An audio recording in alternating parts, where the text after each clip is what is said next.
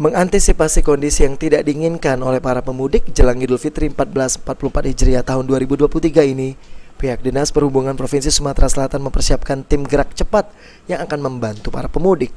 Diterangkan oleh Kepala Dinas Perhubungan Sumsel Ari Narsa, pada musim mudik ini, pihak Dishub Sumsel mempersiapkan tim gerak cepat di jalur-jalur mudik, utamanya di jalur yang rawan kecelakaan.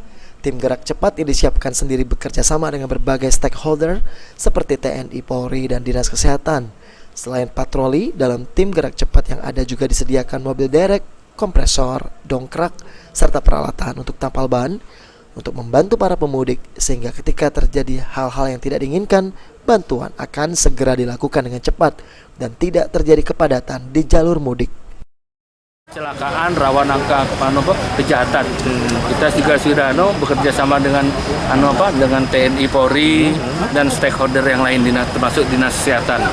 Kontribusinya apa, Pak? Apakah kita menyediakan mobil derek atau seperti apa nih, Pak? Ya, kita mobil derek kita siapkan juga.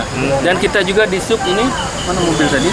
Itu kita ada tim reaksi cepat. Jadi di situ kita siapkan kompresor, sudah tuh dongkrak dan peralatan untuk tampal ban. Seandainya ada insidentil di jalan, itu kita sambil patroli kita melakukan operasi gerak cepat untuk membantu para pengemudi ya. Pak, gimana caranya? Ari Narsa menghimbau kepada para pemudik untuk memastikan kendaraan yang digunakan serta pengemudi dalam kondisi prima. Dan bila kelelahan, para pemudik dapat memanfaatkan fasilitas yang sudah disiapkan di sejumlah posko mudik. Sandi Pratama, PAL TV.